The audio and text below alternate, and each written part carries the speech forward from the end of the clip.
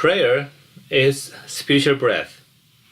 If you hold the breath, let's say 4 or 5 minutes, it's hard to survive. The same thing, if you don't pray for a while, your spirit, your soul will be suffocated. So prayer is so crucial in our spiritual life. However, sometimes prayer might not be easy because God is invisible and silent most of the time. Also, we don't know what to pray when God knows everything we need. How to pray? We can have answer from the Lord's Prayer. At first, we have to seek God's kingdom instead of my kingdom. Many times I pray for money, fame, and many other things to make my life wonderful.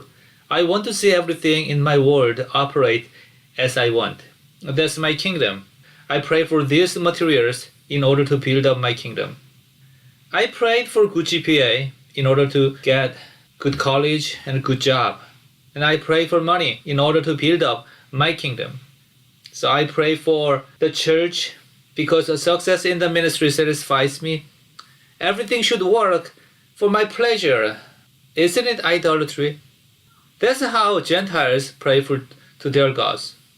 Matthew chapter 6 verse 9 to 10 tells how we ought to pray. Our Father in heaven, hallowed be your name. Your kingdom comes, your will be done on earth as it is in heaven. In heaven every day, angels are praising God. Elders are throwing their crowns before the throne, worshiping Him, glorifying and praising Jesus Christ day and night. Jesus wanted this be happening on earth as well. Everyone will sing His grace and love. Asians, whites, Hispanic, all nations enjoy His presence. No guilt, no sin, no hunger, no thirst, no cry, no pain, no death. Perfect restoration of all failures and brokennesses. Don't you want to be in God's kingdom? It is much better than your kingdom, isn't it? If you know God's kingdom is so good, you will submit your whole being under His control. You will let His Spirit take over everything of you. Jesus experienced God's kingdom in heaven and knew God's kingdom is the only solution for human beings who are destined to eternal death. That's why Jesus prayed for and laid down His life for God's kingdom. In the Garden of Gethsemane, Jesus prayed, "Not my will, but your will be done, even though it demands my life." That is the same prayer that we read today from Lord's Prayer, "Your will be done." For Jesus, whether He lives or dies, His highest priority was, "Your will be done on earth." Then what do we pray for ourselves? Because we still in need the problems, sickness and pains, and agony, anxiety. Ask God's help for our weaknesses, not for our success. Verse 11 through 13.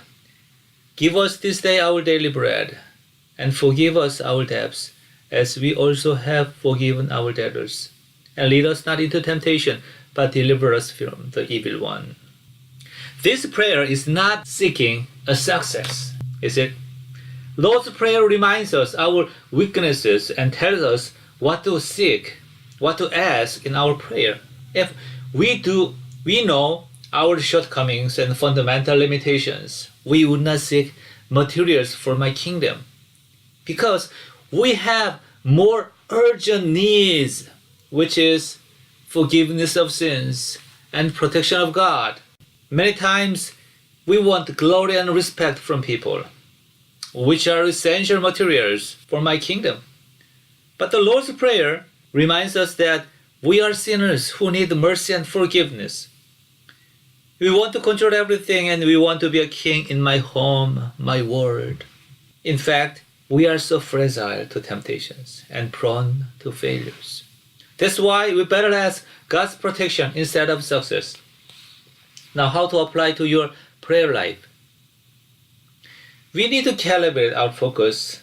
We need to readjust our priority whenever we recite the Lord's Prayer. Please proofread your prayer. If you're praying for something for your kingdom, stop asking for it. Try to find anything you can do for God's kingdom. That will be your life's goal and your prayer.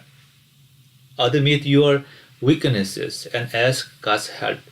Then you will be in the right track of faith and you will experience spiritual growth.